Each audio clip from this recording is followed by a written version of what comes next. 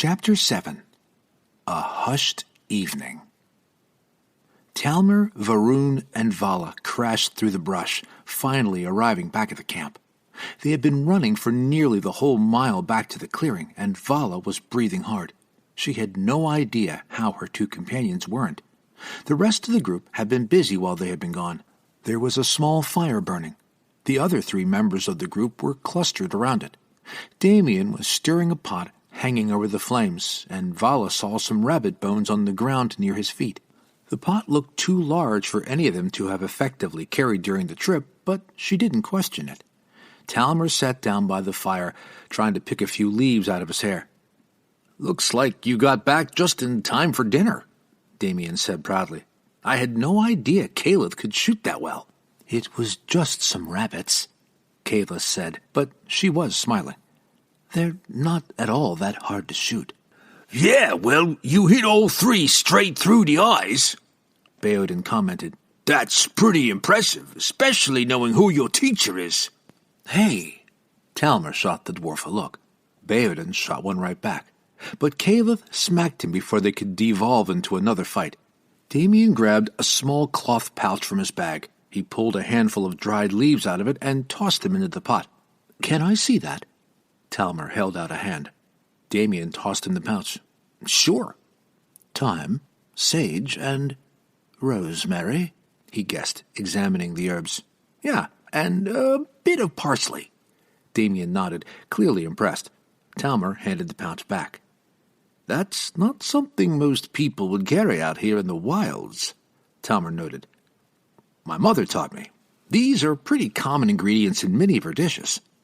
He stirred the contents of the pot, then added a little bit more of the herb mix. "My parents run a tavern up in a small town, and she cooks a lot. I used to help her before I left." "Is that where you learned to play?" Caleb asked. "Yeah. My grandfather taught me and my sister to play. She works as a bard, and I'd occasionally join her if I wasn't busy in the kitchen." "Why'd you leave?" Baoden asked. Damien shrugged. "I wanted to travel. I didn't expect to be a mercenary or whatever we all are. I began working as a trader, moving from town to town and selling goods. It was pretty fun, getting to go places and meet people, but I made a couple of bad deals with bad people and wound up in debt." "To who?" Caleb asked. "I have no idea. Someone who decided to cheat me out of a trade. The supplies I was bringing got stolen, I think by them, and they demanded that I either pay for them or I replace them." Caleb sighed. "I hate people like that." Damien shrugged. "It sort of worked out. I managed to make enough money to pay them back." "I'm guessing you didn't make a lot of profit, though." He shrugged again. "Not exactly. If I can, I want to get enough of a profit with this job and future ones so my mother can move to one of the larger cities and be rich. I don't think it'll happen for a while, but maybe in a few years, especially since you clearly found something out there." He gestured to the blood on their armor. "What happened? What did you find?" "A lot." Vala pulled her braid over her shoulder and began slowly undoing it, running her hands through her hair to get it untangled. "We found people. Well, sort of people. I think they were some sort of mix between people and creatures. They had a prisoner in there, a moon elf. They were doing some sort of experiment or ritual on him to turn him into what they called a shifter. Or maybe add some of the shifter's abilities to him. I don't know. They called him a hybrid. They used the blood of some sort of creature to do it, and he started getting covered by crystal. When it broke, he looked different. His skin was a different color, and it had markings all over it, and there were streaks in his hair. They had a bunch of others there, too, all different. I counted at least 50, probably more. I saw the person who's probably running it. He's a Talrin. He called them the Bloodborn. He was talking about how they're going to unite Kaldur and make it strong again while fighting racism and other bad stuff. Like making it so where you came from doesn't matter, I guess. It all seemed really weird. It sounds good on the surface, I guess, but it feels kind of wrong." "Uh-huh. Sure. And who are they?" Caleb demanded. The people who are running this. Not a lot of detail here, huh? How are we supposed to know this is real, or that you're not with these people? Her words were empty, and everyone knew it. She didn't truly believe that Vala was allied with the Bloodborn. Vala silently drew the vials of blood out of her pouch, placing them on the ground. She brought back 7 vials: Shadow Wraith, Silver Dragon, Fire Sprite, Dire Wolf, Lightning Sprite, Phoenix, and Red Dragon. If I was lying or with them, why would I have brought these? Caliph glanced away, not knowing how to respond. She looked conflicted.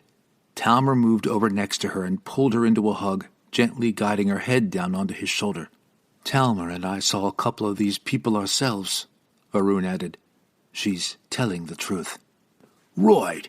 If you're done accusing each other of being traitors, can someone explain what a Talrin is? Baodin asked. I think I read about them once, Damien answered. They were once demons who were forced to live on the surface world, and eventually their bloodlines mixed with humans and elves, and they became different enough from true demons to be their own race. It was sort of like what happened with the Thrakai, but they didn't come from a weird magic thing, and the Talrins are said to usually inherit evil from their demonic ancestors. I don't know if that's true, but it's what people say. They're rare and usually dangerous, but they aren't as powerful as their demon ancestors. There were 2 of them there. One of them, the older one, and I think the leader, said that the Bloodborn already rules Snowgate, Mur, and Ornto, Vala revealed. I think they're planning to get more under their control soon. Ornto's been taken? Damien's eyes widened. Well, not taken exactly. He said organized. I guess taken wouldn't be out of the question, though. I hope they didn't do anything. Damien looked worried. Is everything all right? Talmer asked. No. Ornto's where I used to live, Damien explained. My parents are still there. I hope they're all right. Wordlessly, he handed a bowl of stew to Caliph, who took it silently, nodding her thanks. He handed one to Vala also. She was too worried to really want to eat, but she did anyways. It was actually quite good, and after a few minutes, she saw Caliph go over to Varun, who was focused on writing something down in a small notebook he carried. Hey, you need to eat something. He didn't look up from his work. I'll get something in a minute. We both know that's a lie, kid. He sighed. I'm not a kid. Yes, you are. She smiled at him. I'll stop calling you that if you eat. Mm-hmm. Hey. She nudged his shoulder, getting him to finally look up at her. Come on. I'm fine. I'll get something in a minute. She sighed. All right, fine. Be stubborn. It's over there when you change your mind. She walked away, and he turned his focus back to what he was working on. Vala guessed it was a report of some kind, notes about what had been revealed. She couldn't read his writing. Whatever script he was using wasn't one she could recognize. Vala kept occasionally glancing at him, wondering if he was actually going to get food, but he never did. I don't like that demon bloods are involved in this, Talmer said after a while. We know almost nothing about them, much less their plans. That's nothing new, Baodin commented. We don't even know much about each other, and when we do, we don't wanna. Vala said nothing. She agreed with the first part of that statement. She didn't know much about the people around her, but she planned to change that if she could. She didn't care about getting to know them so she could become friends. She wanted to protect herself by figuring out how they'd be most likely to act. Whatever their plan is, it can't be good, Talmer said. He moved over to sit beside Caliph and began fixing one of her braids, which had started to come loose. I've heard stories of demons trying to conquer the world, Damien said. I never thought they'd come true. Me either, Caliph agreed. What do we do about this? What can we do? Talmer asked. Silence fell for a few seconds. Then Talmer glanced up at the sky, and Vala instinctively followed his gaze. It was completely dark. The sun had set over an hour before. The stars shone, but there was no moon visible at all. It was going to be a cold, dark night. It's late. We can worry about what we're going to do tomorrow, Varun decided, tucking his notebook into his pack. Talmer and Caliph, can you take the first watch again? Caliph nodded.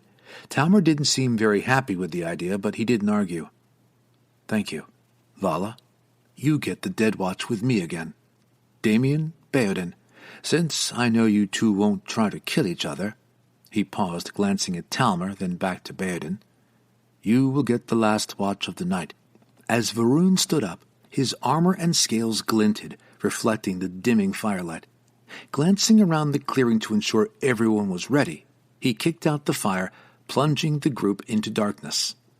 The embers glowed, giving enough light for everyone to easily find a place to sleep.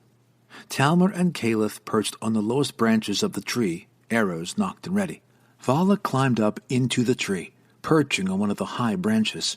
Her only comfort was the fact that she didn't dream if she went into a trance, which spared her from imagining the things she had witnessed that day as the night wore on. She closed her eyes, trying to fall into that perfect balance between sleep and wakefulness, and let the darkness wash over her. The door opened, waking him. He glanced up, waiting for someone to grab him again, but saw it was just the cat hybrid. She turned back to the door, signaling him to follow. He did, moving without thinking, as if his body weren't his own anymore. But that was okay. She led him to a large open room filled with people. Many of them were sparring. A few others were fussing with armor or weapons. It was about as quiet as could be expected for a room full of people. A couple of conversations went on in the far corners of the room, but most of its occupants were focused on training. A few were breathing heavily, but most of the noise came from the clash of wooden training weapons or muffled impacts as punches and kicks landed. She led him to a corner where 3 people stood. One was a blue-skinned Talran who looked surprisingly normal compared to a few of the hybrids, and the other 2 were dark elf hybrids. Both dark elves were wearing silvery white armor, contrasting the rest of the black-armored figures in the room. The Talran glanced over, noticing the newcomers. "Is this the new one?" he asked, turning to the cat hybrid. She nodded, pushing him forward. "Are you sure he's ready?" She purred, her tone respectful but apprehensive. "He was enhanced less than 2 days ago. He won't be fighting. That's why we have Mira." He motioned to his right, and a black blur dropped from the balcony, landing gracefully next to him. It was a female hybrid in a fitted black tunic and black pants that were made to allow her to move easily and silently. She was humanoid, but far from human. Her honey-colored skin was streaked with small, faint scars, and her wild, wavy mane of hair was kept back in a sleek ponytail. Sharp, dragon-like horns poked through it, and her eyes, brown and goat-like, were fixed on him. "Are you a chimera?" the wood elf asked, a bit startled. He'd read about the creatures before, and even though Mira was only part chimera, it was still an unexpected revelation. He realized as he said it that he probably shouldn't be speaking out of turn. "And you're a part dragon now," she commented, flashing him a fanged smile. She didn't seem to care about the slip. "Surprised?" "Mira, be nice," the Talran said. "What's your name, recruit?" My name is Phelan." He was surprised that anyone cared. "Phelan Whitlock." "It's nice to meet you, Phelan. Where are you from?" "Snowgate. It's a small town up in the Frostspire Mountains." "Ah, I know where that is," he smiled. "I think I've been up there before. It's a nice area." Phelan smiled a little. "Arian, are you sure he's ready?" The gray cat hybrid pressed, accidentally revealing the Talran's name. "I'm sure that he'll be fine. Mira will do most of the fighting, and my elites will ensure that nothing happens to your precious recruit. You need to calm down and stop worrying." Arian sounded slightly frustrated, but he hid it well. Also, I know you're busy, but I need you to make something in case we have to knock someone out. That's all. You're dismissed." She stalked out of the room, and Arian turned to Phelan. One of the Doomeran hybrids held out a large box, and Phelan got a look at his face. Translucent scales circled his neck, but the most startling part about him was his eyes, which were multicolored like a nebula. Shades of black, dark blue, and purple mixed to give him a mysterious and dangerous gaze. Arian took the box, opened it, and held it out to Phelan. It held dark leather armor, a dark cloak, and a short sword. "Gear up, recruit," he said.